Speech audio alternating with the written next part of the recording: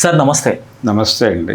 Sir Chandrababu Naidu గారు నిన్న అనుకుంటా ఆయన చనిపోయింది ఒక కాపే, అక్కడ హత్య చేసింది ఒక కాపే, కాపులు జరిగింది. కానీ ప్రతిపక్ష వైసీపీ దీన్ని కాపుల మీద ఒక దాడిగా అభివర్ణిస్తున్నారు. అంటే పవన్ కళ్యాణ్ని ఇబ్బంది పెడుతున్నారు, పవన్ కళ్యాణ్ని కాపులకి దూరం చేసే కుట్ర చేస్తున్నారు అన్నట్టుగా ఆయన ఆ మీనింగ్ వచ్చే తరహాలో మాట్లాడారు. అంటే కొంత కూటమి క్యాంప్లో కొంత టెన్షన్ ఏమన్నా నెలకొందంటారా? అంటే కాపులు విషయంలో కొంత ఎక్కడో ఇబ్బంది జరుగుతోంది, వైసీపీ వైపు కొంత కాపు ఓట్ బ్యాంక్ తరలిపోతుంది అని. అంటే వైసీపీ కాపు ఓటు బ్యాంక్ని తనతో అటాచ్ చేసుకోవడానికి ఈ కేసు నుంచి ప్రయత్నం చేస్తోంది అనే భయం డెఫినెట్గా ఉండుంటుంది. ఓకే, ఉండే అవకాశం ఉంది. ఎందుకంటే పవన్ కళ్యాణ్ వ్యవహార శైలి టోటల్గా దారుణంగా ఉంది ఈ కేసులో. అంటే ఆయన అవతల వాళ్ళు ఏ ఉద్దేశంతో రెచ్చగొట్టినప్పటికీ ఓకే, జగన్మోహన్ రెడ్డికి కాపు ఓట్ బ్యాంక్ని కన్సాలిడేట్ చేసి తన వైపుకు లాక్కోవాలనే ఉద్దేశం ఉండి ఉండవచ్చు. అలాగే ఆ చనిపోయిన వ్యక్తి రౌడీ షీటరే అయి ఉండొచ్చు. అతను 1000 మర్డర్లు 1,00,000 మానభంగాలు చేసి ఉండొచ్చు. కానీ రాజ్యాంగం మీద ప్రమాణం చేసి మంత్రి పదవిలోకి వచ్చినటువంటి పవన్ కళ్యాణ్ తెల్లారలేస్తే నాకు హోంమంత్రి పదవి ఇస్తే అని మాట్లాడటం కాదు చేయాల్సింది. ఇక్కడ లీగల్గా జరిగినటువంటి దారుణాల గురించి నువ్వు మాట్లాడు, నువ్వు దెబ్బలాడు. నువ్వు మాట్లాడాల్సింది ఏమిటి? ఇందులో కులం చూడకండి అని చెప్పు.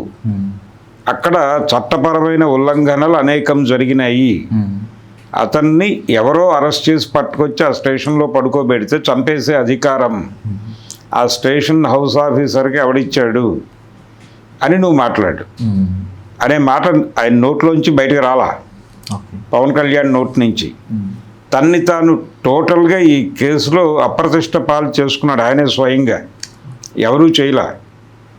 చివరికి నువ్వు కనీసం వెళ్ళి బాధితుడి కుటుంబాన్ని చూసుండొచ్చు.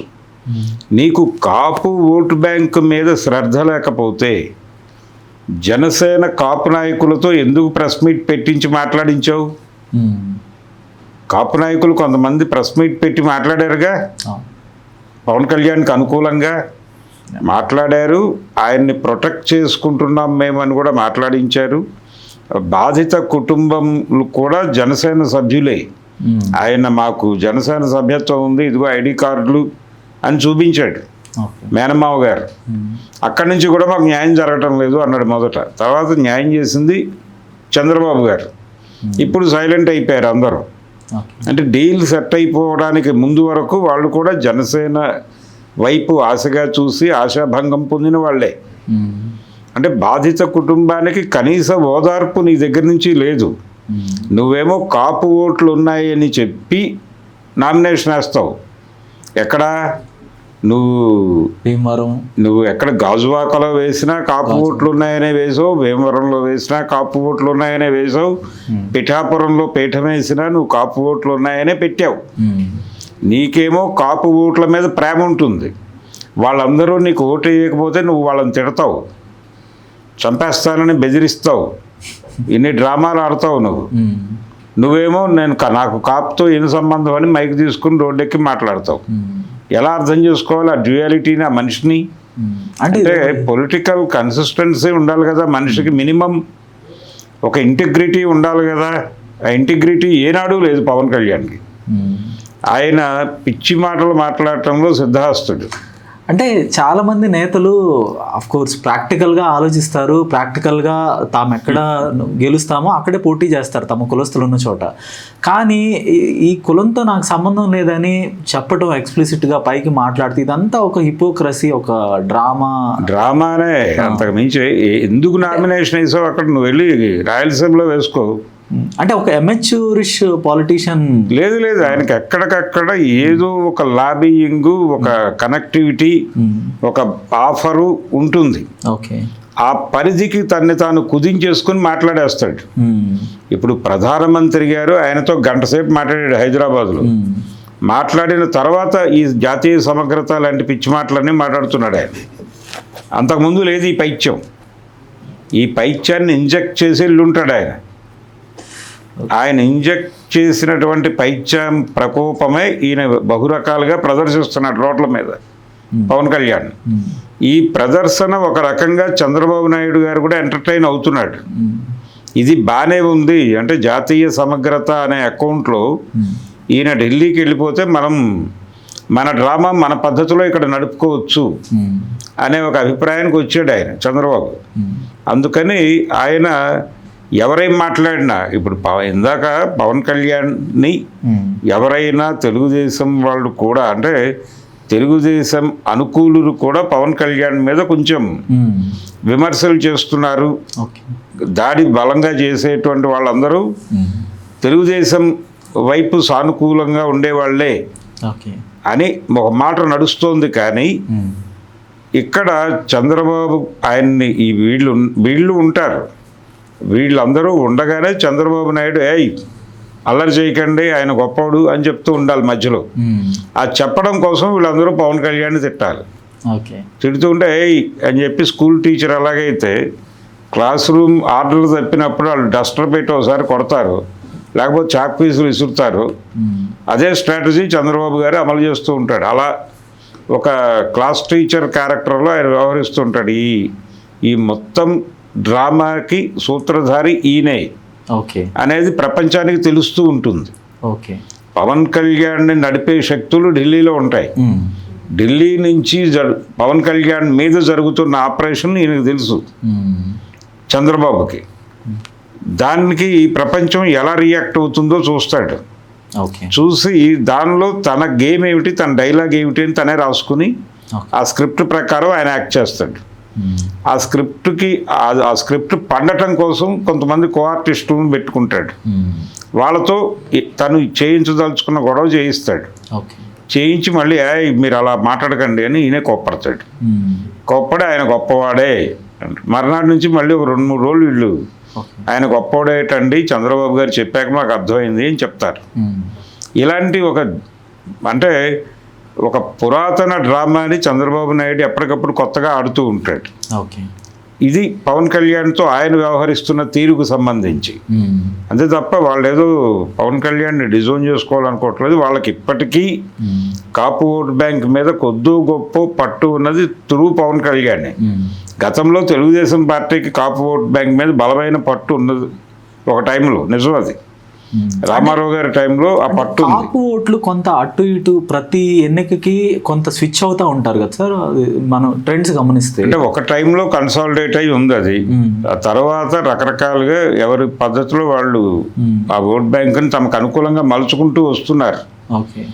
ఈ మలుచుకోవడం అనేది చంద్రబాబు నాయుడు గారు వచ్చిన తర్వాత కొంచెం తగ్గింది. అంటే టీడీపీకి కాపు ఓట్ బ్యాంక్ మీద అంత బలమైన పట్టు ఎప్పుడూ రాలా.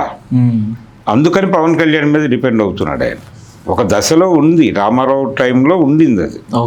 ఎందుకంటే ఆయన కాపులకి గట్టి ప్రాధాన్యత ఇచ్చాడు మొదట్లో. అంటే ఆయనకి కాంగ్రెస్ కి మించి ఎక్కువ సీట్లు కూడా ఇచ్చారు. సీట్లు ఇచ్చాడు, పదవులు ఇచ్చాడు. చేగొండ హర్రామ్ జోగయ్యకి పదవి ఇచ్చింది ఆయనే, ఉమారెడ్డి వెంకటేశ్వర్లకి పదవి ఇచ్చింది ఆయనే. వీళ్ళందరికీ ప్రాధాన్యత కల్పించాడు ఆయన తన క్యాబినెట్లో. కైకాల సత్యనారాయణకి ఎంపీ టికెట్ ఇవ్వడం, ఇలాంటి పనులు తెలుగుదేశం చేసింది.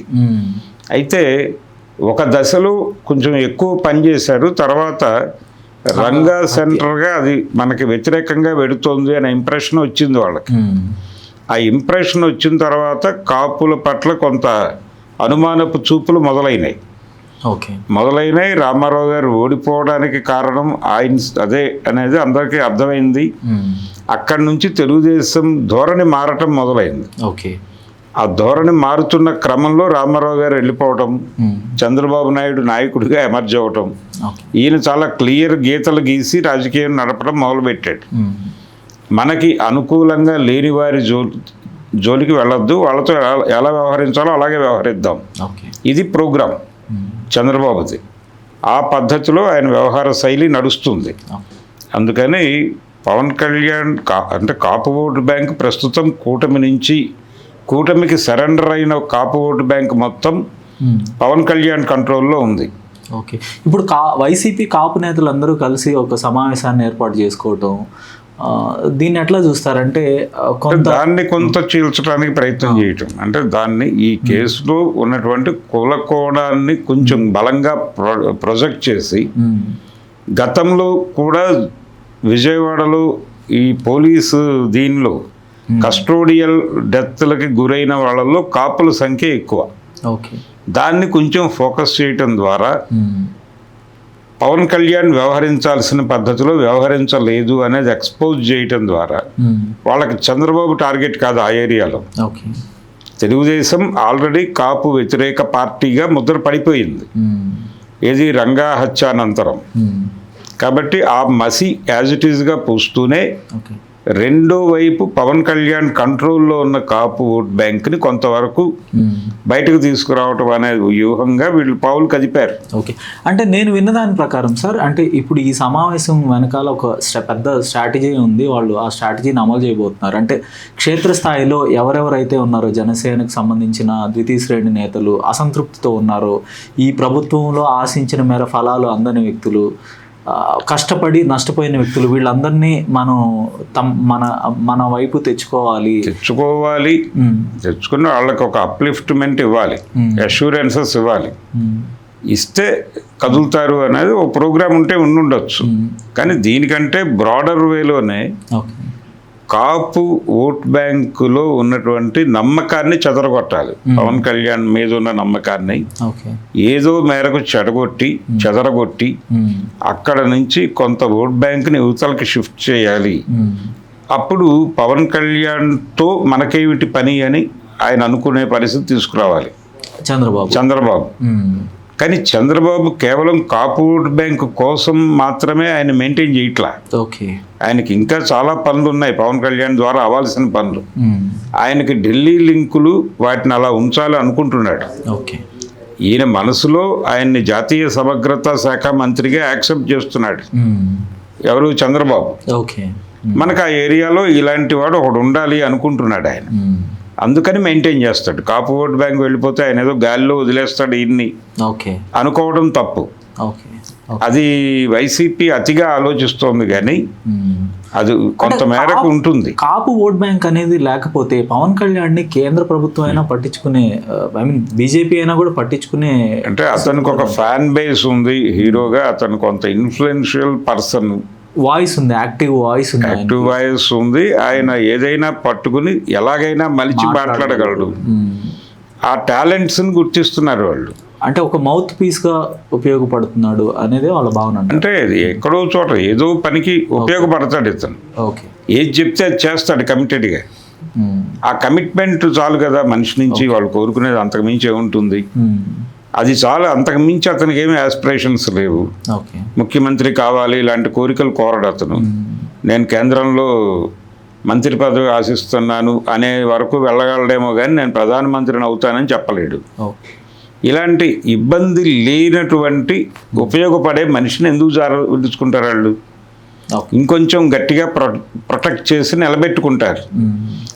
ఈ ప్రొటెక్ట్ చేసుకోమని చంద్రబాబుకి కూడా చెప్తారు వాళ్ళు ఫోన్ చేసి. పవన్ కళ్యాణ్ని కొంచెం హ్యాండిల్ విత్ కేర్ గురు అని ఒక మాట చెప్తే ఆయన పద్ధతిలో ఆయన అర్థం చేసుకుంటాడు. చంద్రబాబుకి ఏ పదాన్ని ఏ మాటని ఎలా అర్థం చేసుకోవాలో తెలుసు. అలా ఆయన పద్ధతిలో ఆయన డ్రామా ఆయన నడుపుతాడు. పవన్ కళ్యాణ్కి ఆయన ఊహిస్తున్నంత లాభాలు ఉండవు, కానీ ఆయన కంపెనీ లాభదాయకంగా నడుస్తుంది. ఆ మేరకు చాలా అతనికి కాపులు ఎటుపోయారు ఈ గొడవ అంతా అక్కర్లేదు అక్కడ.